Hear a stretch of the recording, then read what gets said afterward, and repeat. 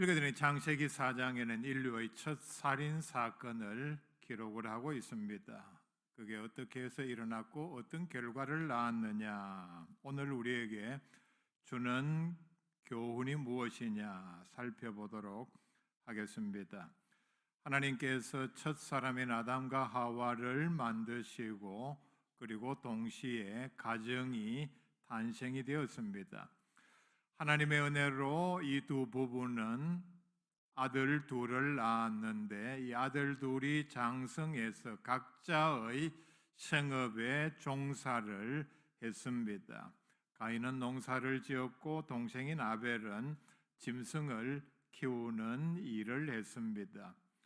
시간이 지나면서 하나님의 은혜를 깨닫고 각자의 소산을 가지고 하나님께 제사를 드렸습니다. 그런데 하나님께서는 아우 아벨의 제사만 받으시고 형 되는 가인의 제사는 받지 않으시자 시기한 형이 아우 아벨을 쳐 죽였습니다. 왜 하나님께서는 가인의 제사는 받지 않으시고 아벨의 제사만 받으셨는가?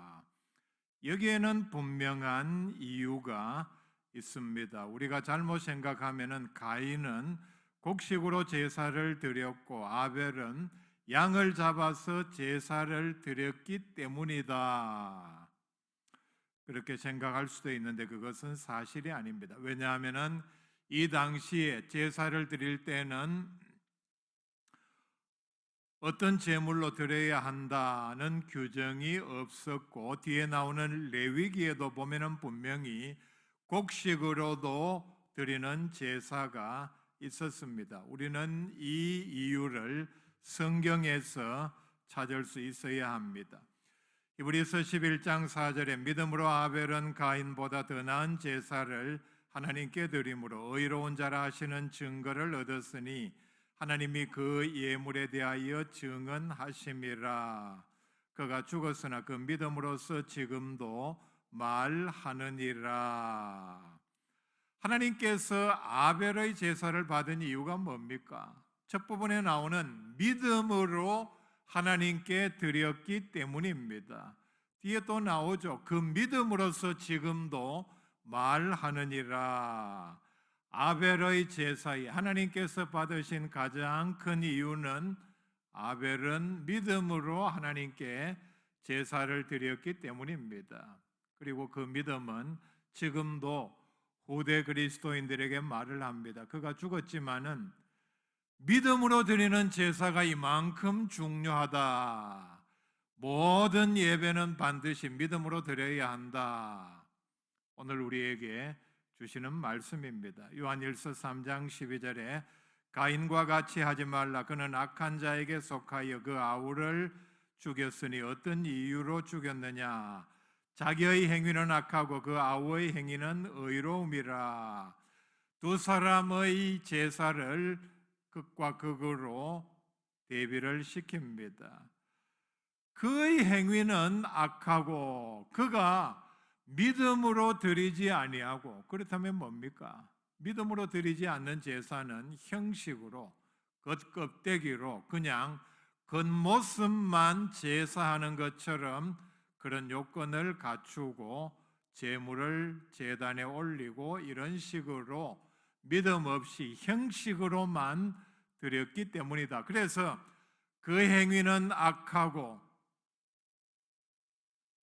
믿음으로 드리지 않는 예배가, 제사가 그냥 아무런 의미가 없다, 하나님께서 기뻐 받지 않으신다 정도가 아니라 그 행위는 악하다 분명히 말씀을 합니다. 반대로 그의 아우의 행위는 의로움이라 말씀을 합니다. 가인은 하나님께서 아우의 제사만 받으시고 자기의 제사는 거절하신 데 대해서 먼저 시기했습니다. 악한 사람의 죄를 키우는 첫 출발로 가는 시작입니다. 하나님께서 자기의 제사를 받지 않으셨다면 제일 먼저 해야 할 일이 뭡니까? 반성해야 합니다. 뉘우쳐야 합니다.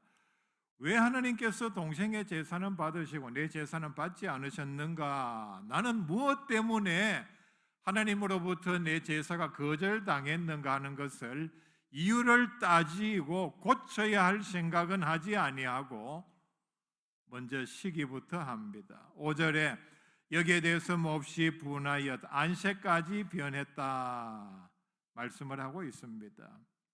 이게 바로 못난 형의 콤플렉스입니다. 무슨 얘기냐?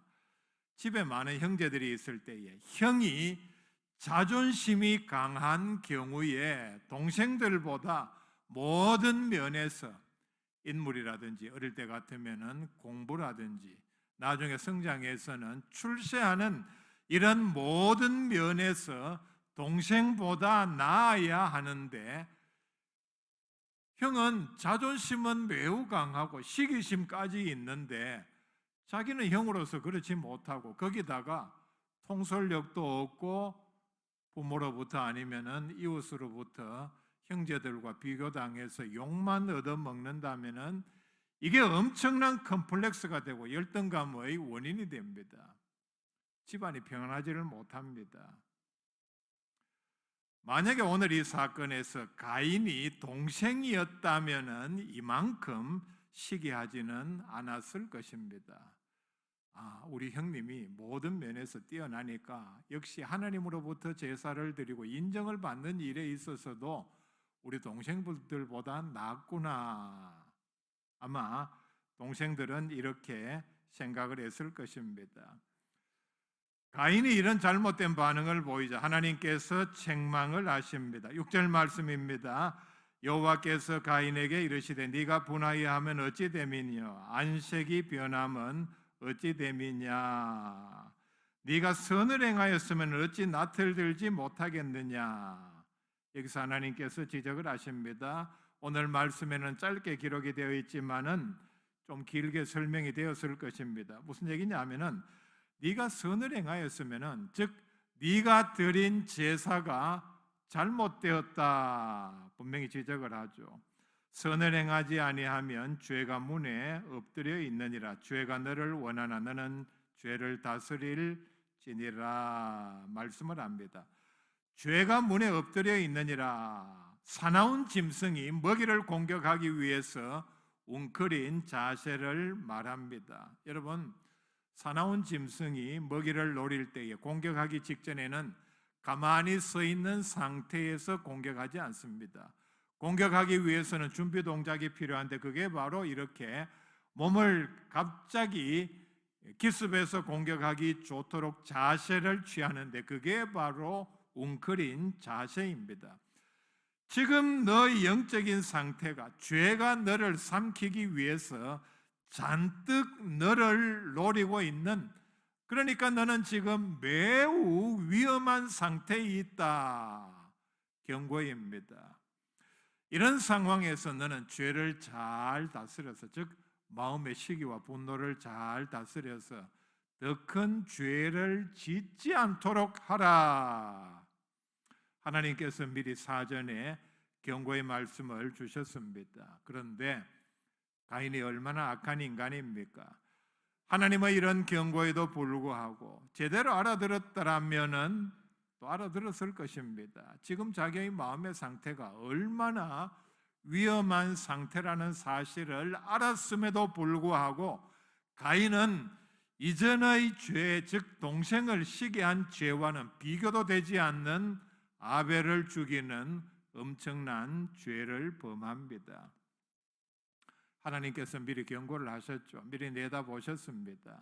그럼에도 이런 죄를 지었다는 것은 바로 하나님께 대한 반격입니다. 속으로 이런 생각이겠죠. 뭐 더 큰 죄를 짓지 말라고, 웃기지 마세요. 나는 당신 말 아주 무시합니다. 하찮게 생각합니다. 하나님께 이런 식으로 그는 동생을 죽이는 일로 하나님에 대한 반발을 이렇게 나타나 보였습니다. 이게 바로 가인이 그만큼 악한 사람이라는 사실을 잘 보여줍니다. 우발적으로 일어난 사건이 아니라 이미 하나님 앞에 제사를 드리기 전부터 그는 이런 마음에, 이런 심령에 악한 사람이었다는 것을 나타내 보여줍니다. 가인의 악한 본성은 하나님께서 찾아오셔서 물을 때에 더 잘 나타납니다. 9절에 이렇게 묻습니다. 네 아우 아벨이 어디 있느냐? 여러분, 성경에 보면은 하나님께서 어떤 사람에게 또는 죄를 지은 사람에게 또 이전에 아담과 하와에게 묻는 대목이 나옵니다. 몇 번 나오죠. 몰라서 묻는 것은 절대로 아닙니다. 이 질문을 듣는 당사자가 그 사실을 알아야 했습니다. 하나님께서 모르실 리 없죠. 그 다음에 그 의도를 알았어야 하는데 뭐냐? 죄를 지적하고 회개하게 하기 위해서입니다. 이 얼마나 큰 은혜입니까? 동생을 죽였습니다. 어떤 벌을 받아야 합니까? 엄청난 벌을 받아야 하죠.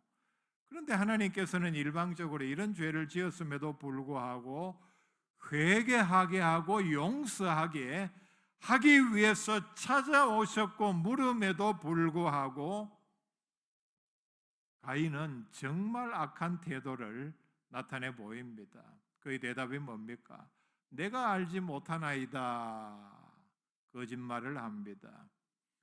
사람에게 거짓말을 하는 것도 큰 죄인데 더구나 그 사람이 어떤 엄청난 권위를 가진 사람이라면 그리고 자기의 한 일에 대해서 중요한 어떤 나중에 어떤 신분이 변화되는 그런 상황의 질문이라면 더더욱 진실을 말해야 하는데 가인은 여기서 보면은 하나님 앞에 거짓말을 합니다.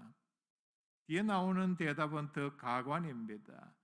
내가 내 아우를 지키는 자니까, 내가 내 아우의 시종 드는 자입니까?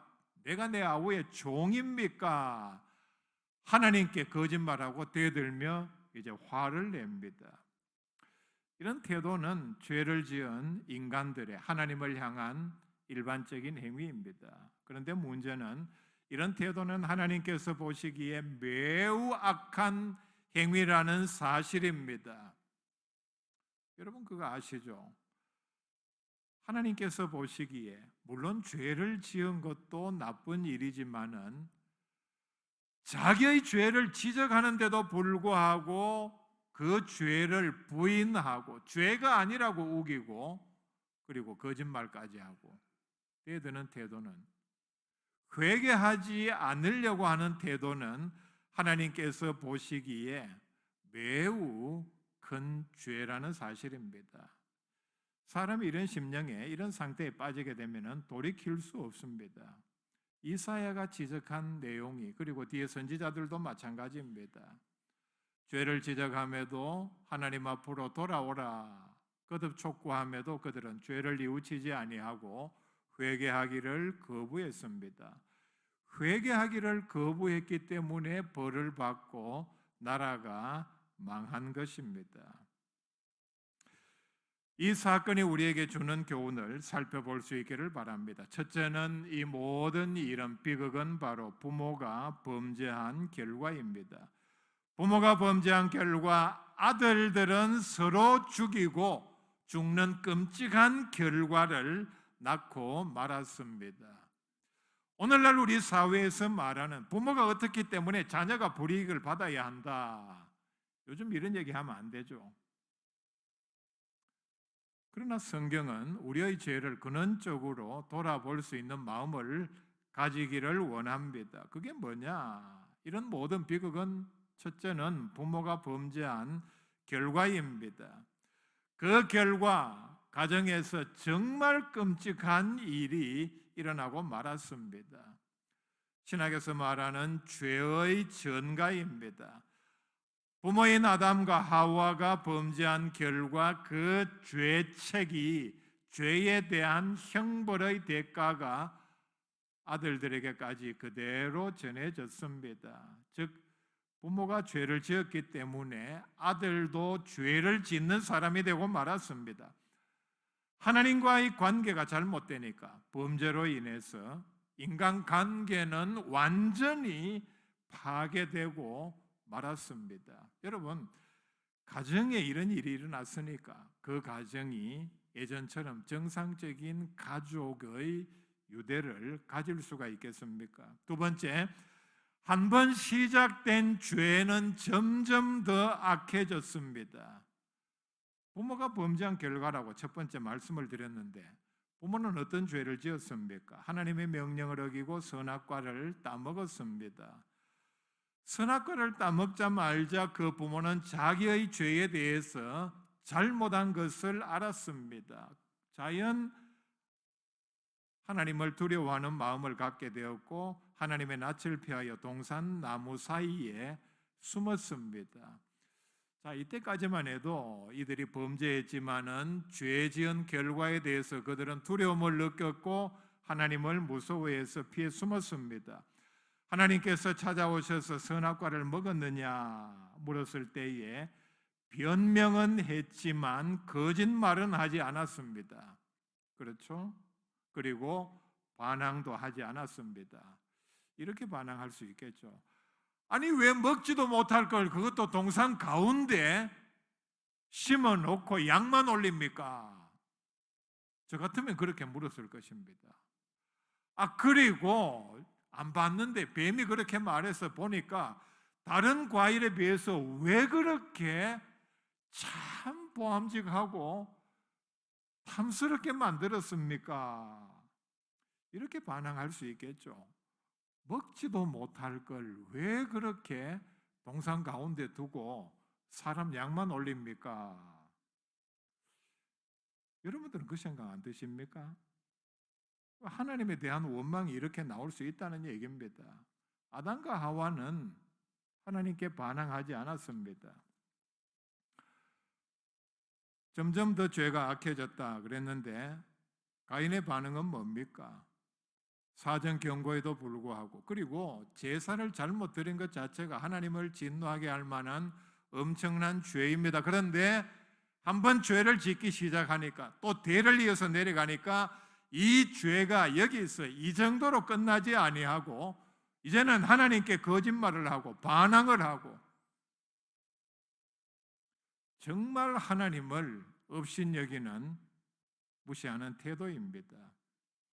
세 번째 이 모든 비극은 바로 제사를 실패한 일에서부터 시작이 되었다는 사실입니다.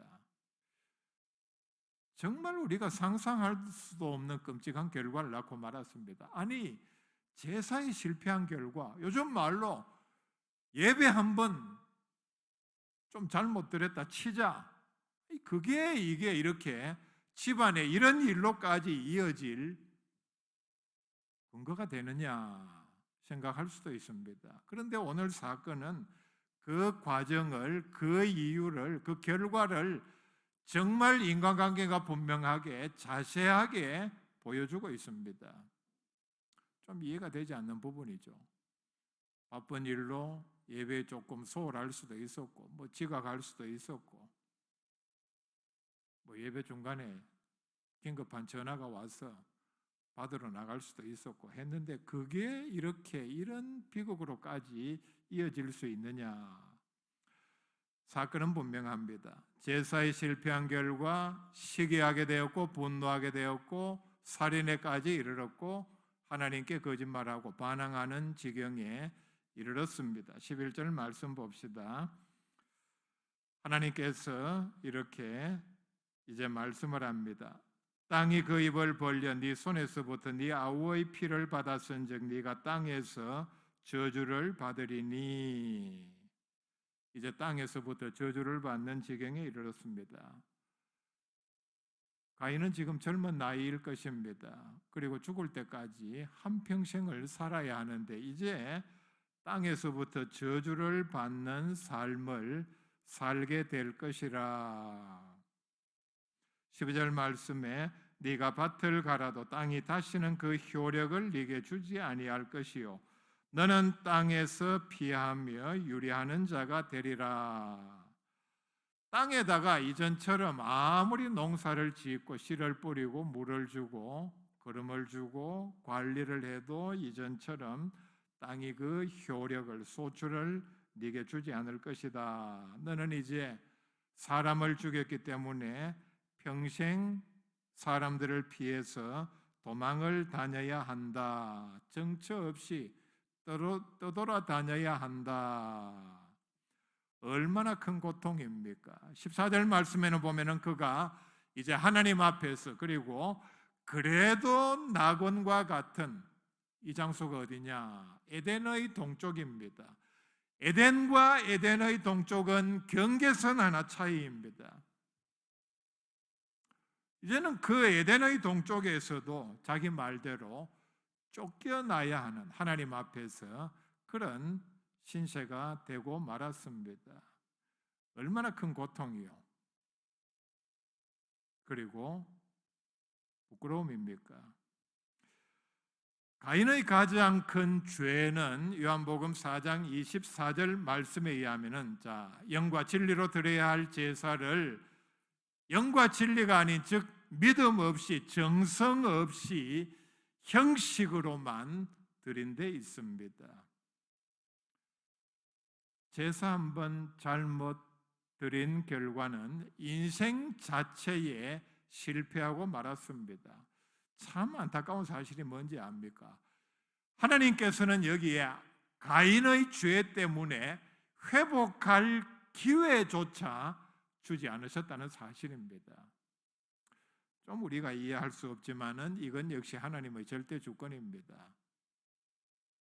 우리가 아는 하나님의 은혜, 사랑의 하나님이라면 어떻게 해야겠습니까? 네가 며칠 전에 드린 예배는 정성이 없이 전적으로 잘못된 것이었다. 내가 다시 한번 기회를 줄 테니까 이번에는 한번 잘 드려봐라. 여러분, 이런 은혜를 받았다면 가인이 얼마나 정성스럽게 제사를 잘 드렸겠습니까? 문제는 예배 한 번, 제사 한 번 잘못 드린 결과 모든 것을 다 박탈당하고 인생 자체가 완전히 비극으로, 나락으로 떨어지고 말았습니다. 우리가 이런 면에서 보면 오늘날 예배를 소중하게 생각하지 아니하고 대충 다른 바쁜 일이 있으면은 그게 우선이고 이렇게 생각하는 사람들이 얼마나 많습니까? 나아가서 가인의 평소의 삶도 하나님께서 보시기에 기뻐 받으실 만한 것이 아니었습니다. 로마서 12장 1절 말씀을 보면은 잘 나타납니다. 너희 몸을 하나님이 기뻐하시는 거룩한 산 제물로 드리라. 이는 너희가 드릴 영적 예배니라. 예배 드리는 그 장소, 그 한 시간만 하나님께서 기뻐 받으시는 것이 아니라 우리가 평소에 하는 6일간의 모든 삶도 하나님께서 기뻐 받으시는데, 이것이 바로 하나님께서 기뻐 받으시는 거룩한 산제물이라고 말씀을 합니다. 산제물. 이때는 하나님께 제사를 드릴 때에 죽은 제물을 드렸습니다. 하나님께 제물로 드리기 위해서는 그 짐승이 반드시 죽어야 했습니다. 죽은 제물이죠. 그런데 여기서는 산제물이라고 말씀을 합니다. 평소에 우리 삶이 하나님께서 기뻐 받으시는 산제물이라는 말씀입니다. 그래서 오늘 읽은 말씀 4절과 5절에 아벨과 그의 제물은 받으셨으나 가인과 그의 제물은 받지 아니하신지라 말씀을 합니다. 받지 않으셨다는 말 원어의 뜻은 쳐다보지도 않으셨다는 뜻입니다. 그런데 두 사람의 제사다 공통적으로 설명을 하죠.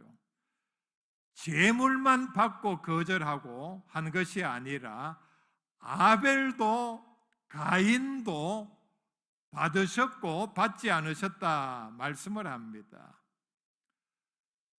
하나님께서는 아벨의 제물만 받으신 것이 아니라 아벨과 그의 제물을 받으셨다 말씀을 합니다. 하나님께서 그 삶과 그 정성, 그 인격까지 받으셨다는 얘기입니다.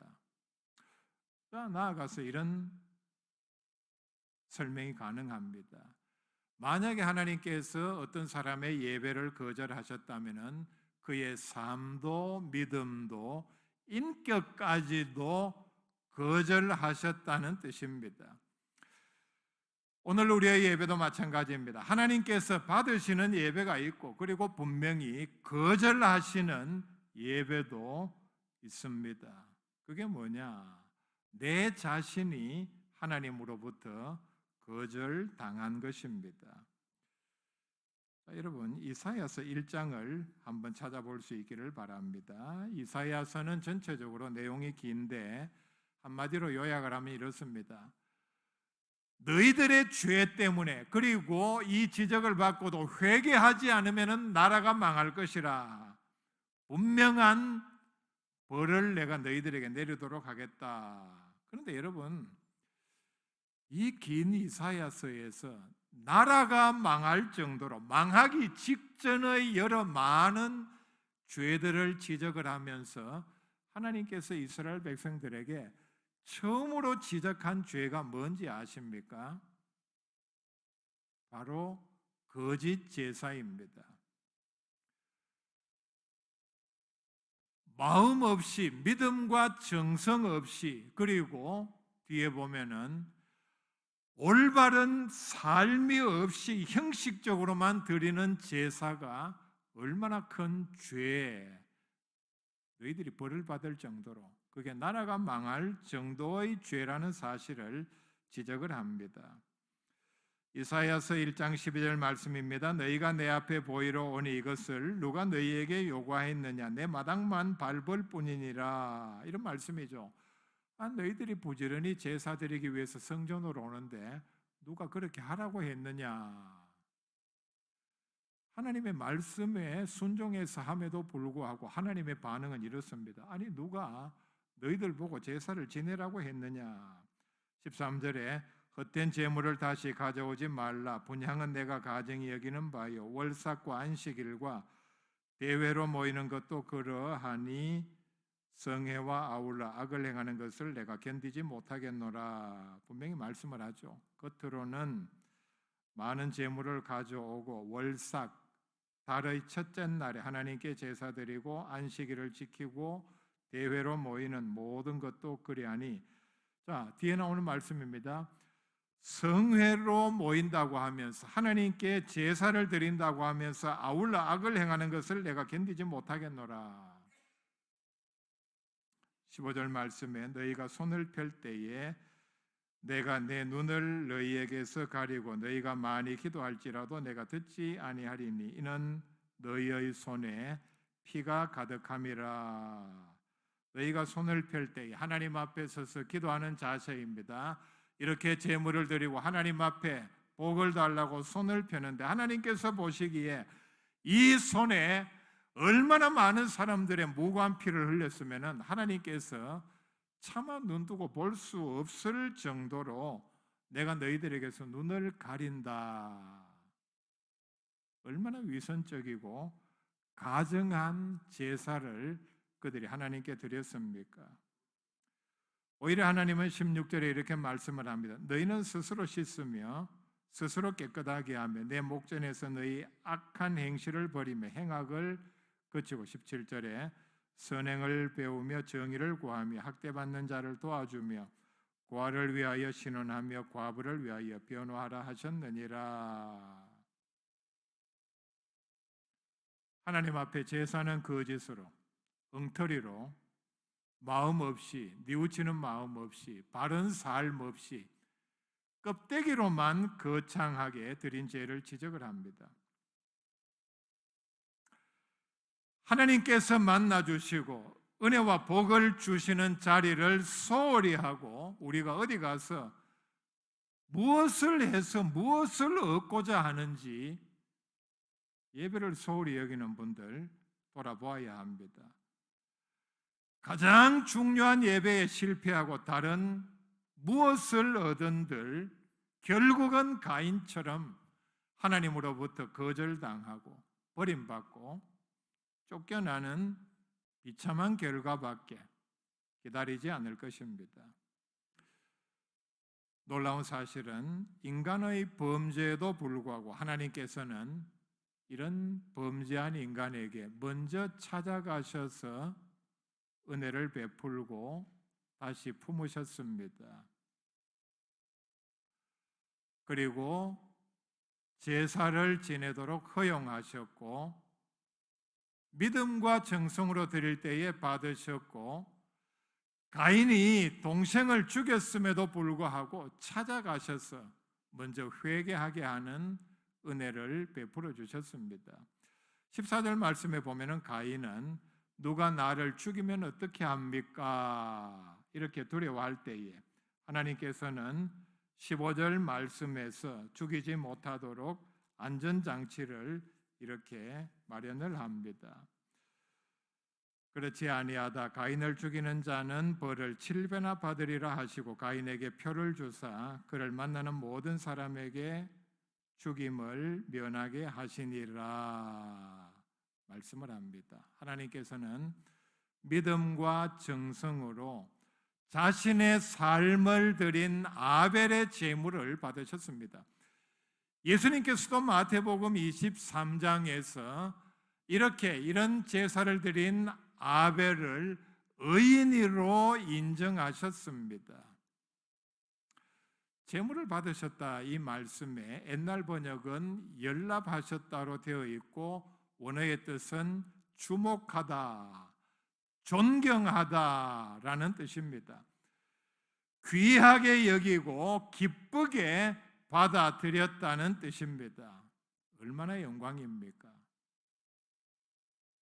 여러분, 혹시 현직 대통령, 전직이라도 아니면 다른 나라 대통령 또 왕을 만나본 분 계십니까?